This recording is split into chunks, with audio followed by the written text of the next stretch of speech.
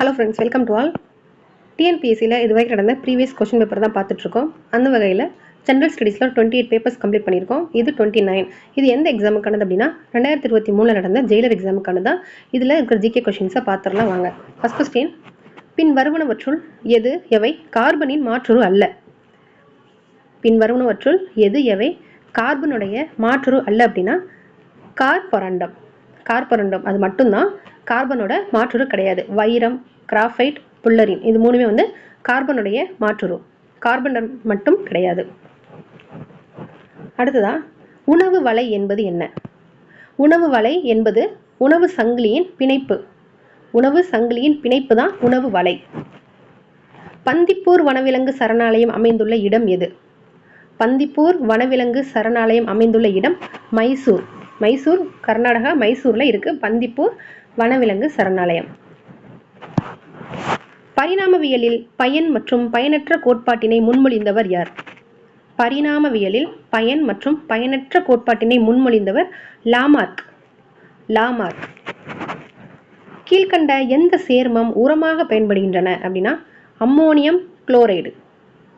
Ammonium chloride அப்படின்ற சேர்மம் தான் உரமாக பயன்படுத்தப்படுகிறது.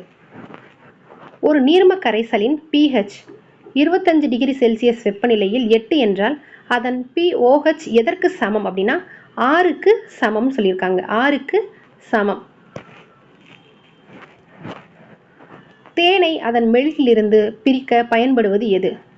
தேனை அதன் மெழுகிலிருந்து பிரிக்க பயன்படுவது மைய விலக்கி. மைய விலக்கி. அண்டத்தில் புவியீர்ப்பு முடுக்கம் இல்லையெனில் கீழ்கண்டவற்றுள் எது சரியானது? அண்டத்தில் புவியீர்ப்பு முடுக்கம் இல்லையெனில் கீழ்கண்டவற்றுள் எது சரியானது?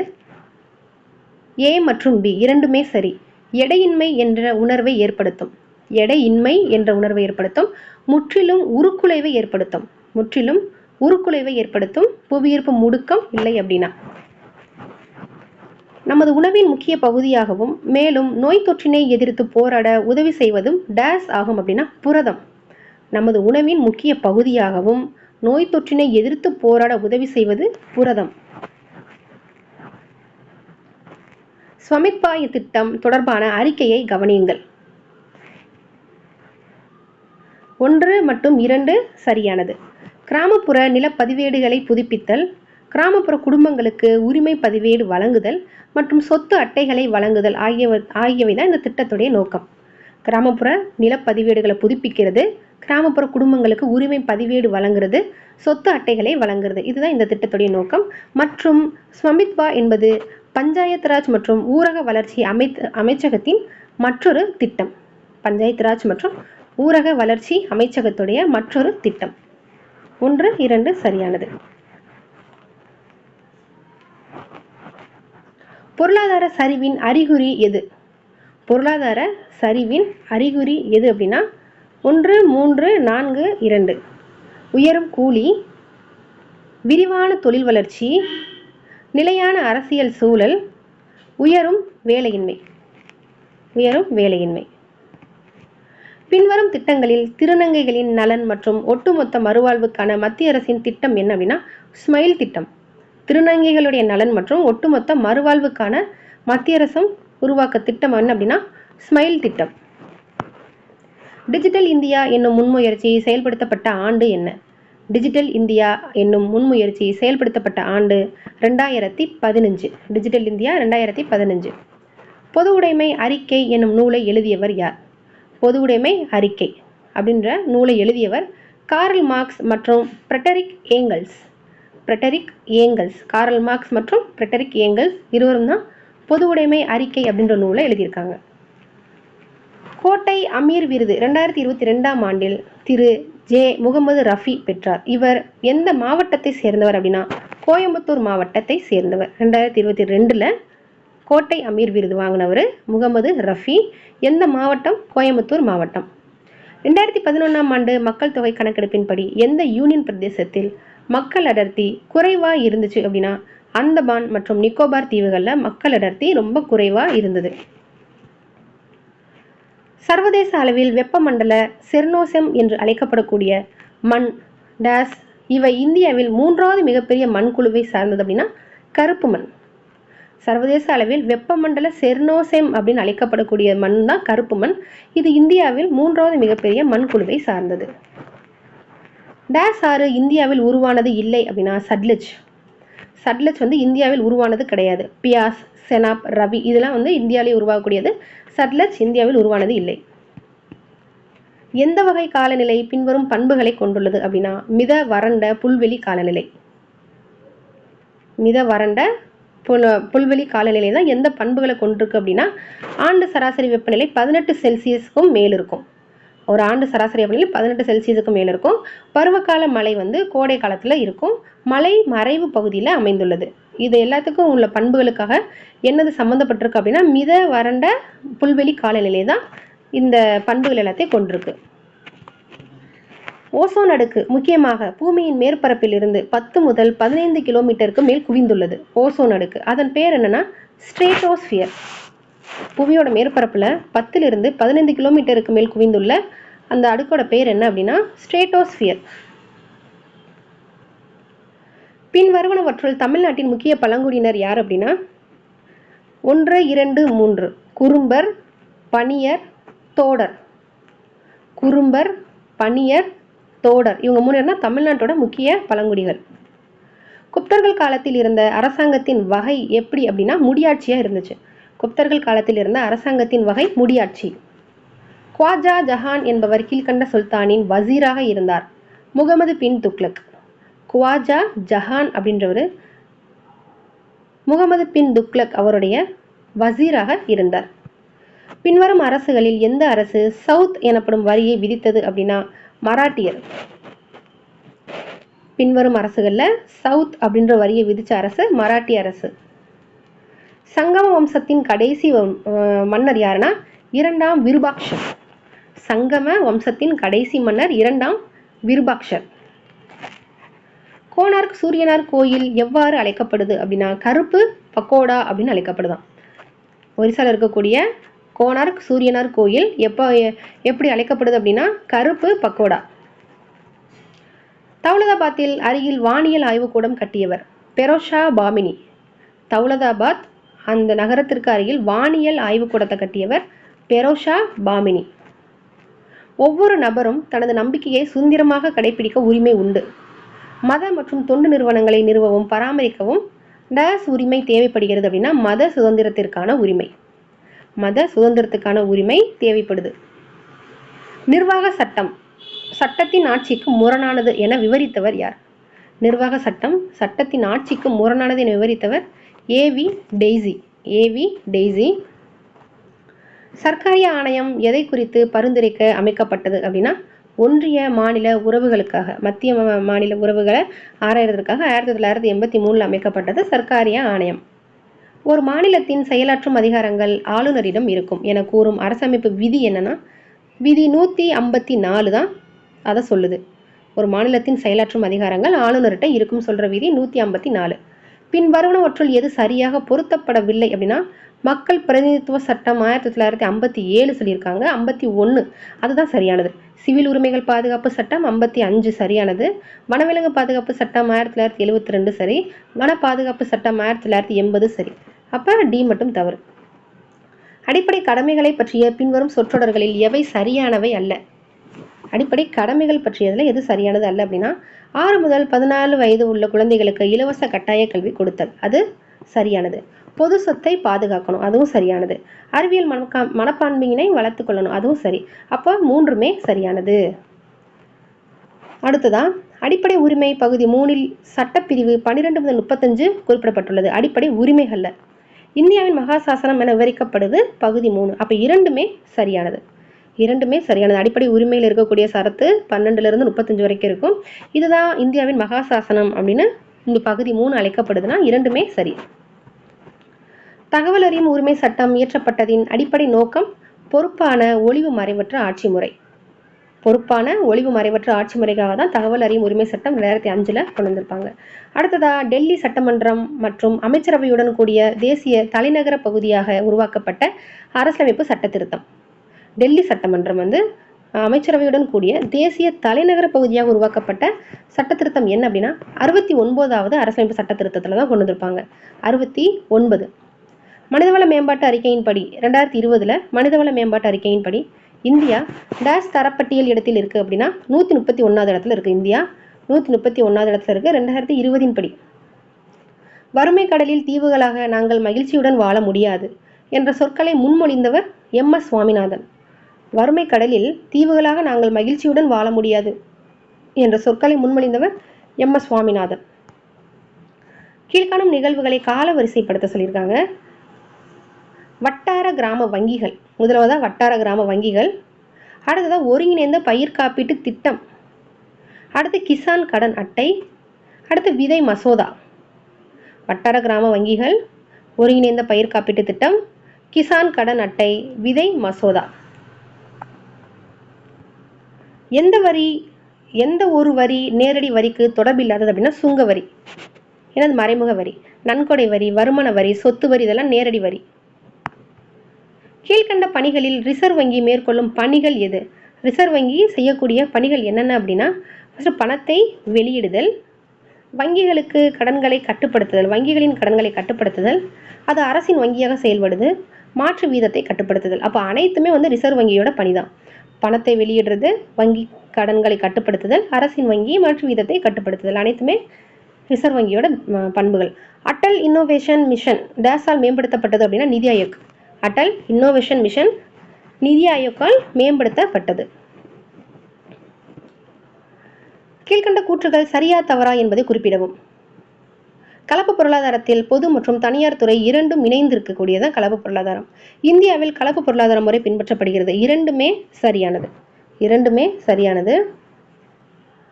டாஸ் அவர்களின் ரத்தம் தியாகம் மூலம் இந்திய மாவீரர்கள் சுதந்திர இந்தியாவின் வருங்கால வீரர்கள் நிலைநிறுத்த வேண்டிய பாரம்பரியங்களை நிறுவியுள்ளனர். அப்போ ஆகஸ்ட் 1944 மார்ச் 18 அன்று இராணுவ வீரர்களுக்கு இந்த அறிக்கையை வழங்கியவர் யாருன்னா நேதாஜி சுபாஷ் சந்திர போஸ்.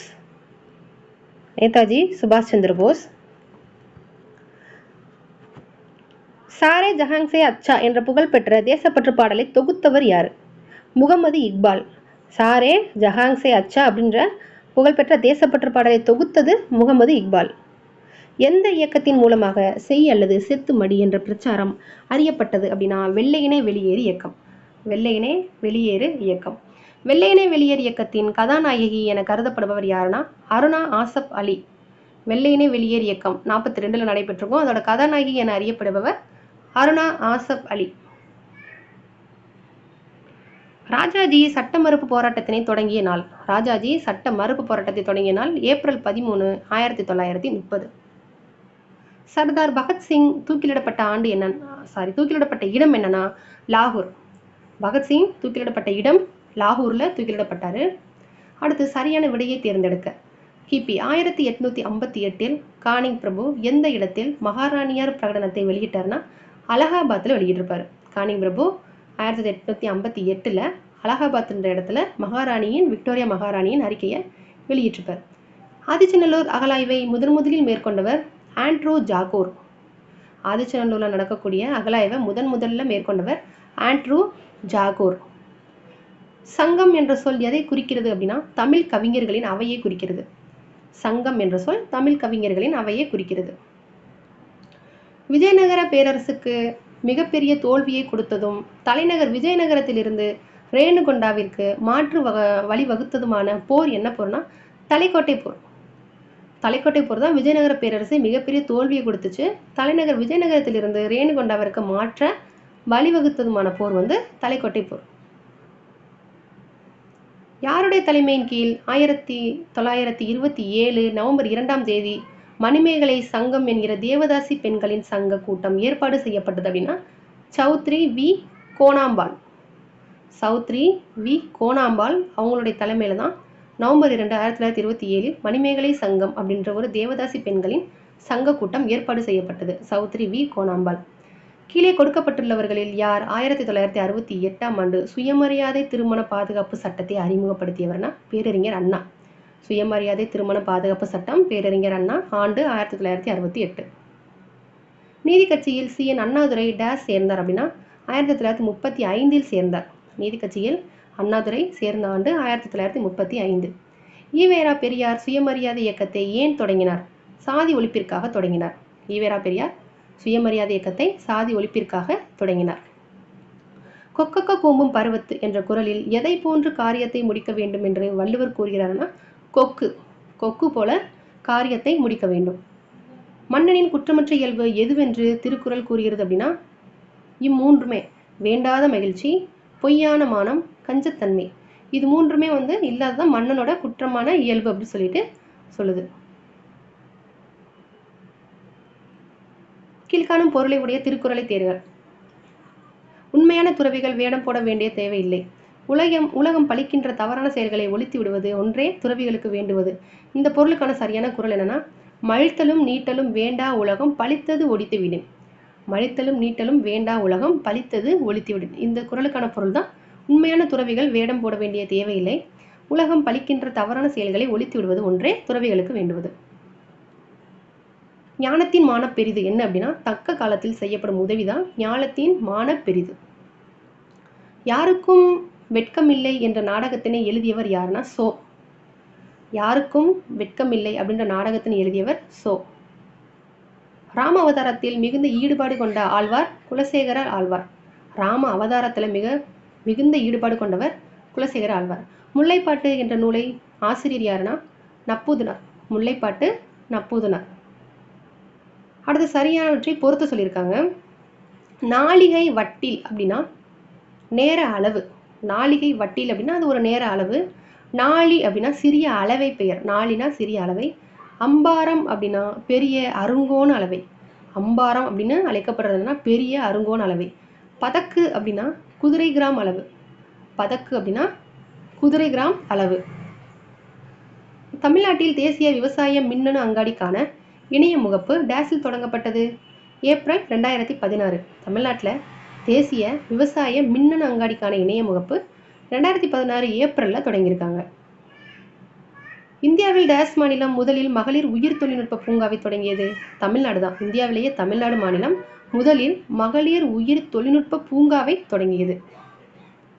தமிழக அரசின் கொள்கை குறிப்பு 2021-22 படி தமிழ்நாட்டு தொழில் வளர்ச்சி அதனோடு தொடர்புடைய இந்திய அளவிலான தரவரிசையோட பொறுத்து சொல்லியிருக்காங்க. துணி அதில் 2ஆம் இடம். துணி வளர்ச்சியில் 2வது இடம். உணவு பதப்படுத்துதல் 4ஆம் இடம். ரப்பர் மற்றும் நெகிழி 3ஆம் இடம். வாகன உற்பத்தி மற்றும் உதிரி பாகங்கள் முதலிடம். வாகன உற்பத்தி மற்றும் உதிரி பாகங்கள்ல முதலிடம். மகாத்மா காந்தி தேசிய ஊரக வேலைவாய்ப்பு உறுதி திட்டத்தில் மாற்றுத்திறனாளிகளை பணியமர்த்திய முதல் மாநிலம் எதுனா தமிழ்நாடு தான்.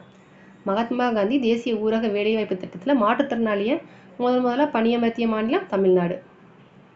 அடுத்து TNHSRP திட்டம் குறிப்பாக கவனம் செலுத்துறது எதில் அப்படின்னா, அப்போ 1, 4 மட்டும்தான் உண்மை.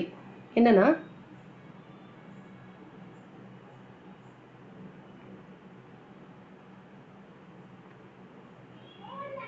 ஒன்று என்னன்னா, தமிழகத்தில் பொருள் மற்றும் பிறந்த குழந்தை இறப்பு விகிதங்களை குறைக்கிறது. தமிழகத்தில் பொருள் மற்றும் பிறந்த குழந்தை இறப்பு விகிதங்களை குறைக்கிறது. 4வது என்ன அப்படின்னா, விபத்து பராமரிப்பு. விபத்து பராமரிப்பு இது மட்டும்தான் TNHRSP இந்த திட்டத்துடைய நோக்கம். தமிழ்நாடு காவலர் அருங்காட்சியகம் எங்கு அமைந்துள்ளது? எழும்பூர். தமிழ்நாடு காவலர் அருங்காட்சியகம் எழும்பூர்ல அமைஞ்சிருக்கு. தமிழ்நாடு சமூக நல வாரியம் உருவாக்கப்பட்ட ஆண்டு 1954. சமூக நல வாரியம், தமிழ்நாடு சமூக நல வாரியம்.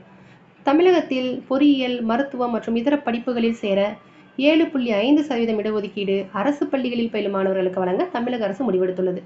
பொறியியல் மருத்துவத்தில் சேர 7.5% அரசு பள்ளியில் படிக்கும் மாணவர்களுக்கு.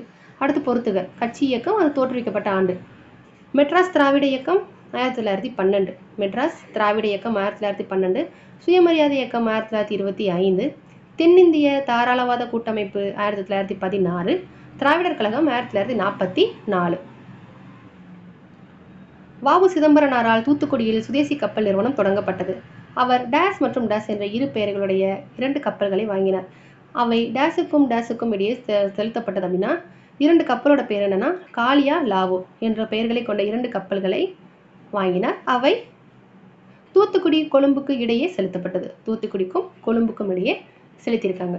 ஓகே, இதோட இந்த ஜெயிலர் எக்ஸாம் 2023 நடந்த ஜெயிலர் எக்ஸாமுக்கான ஜிகே கொஸ்டின்ஸை பார்த்தாச்சு. அடுத்த ஒரு பேப்பரில் பார்க்கலாம். தேங்க்யூ.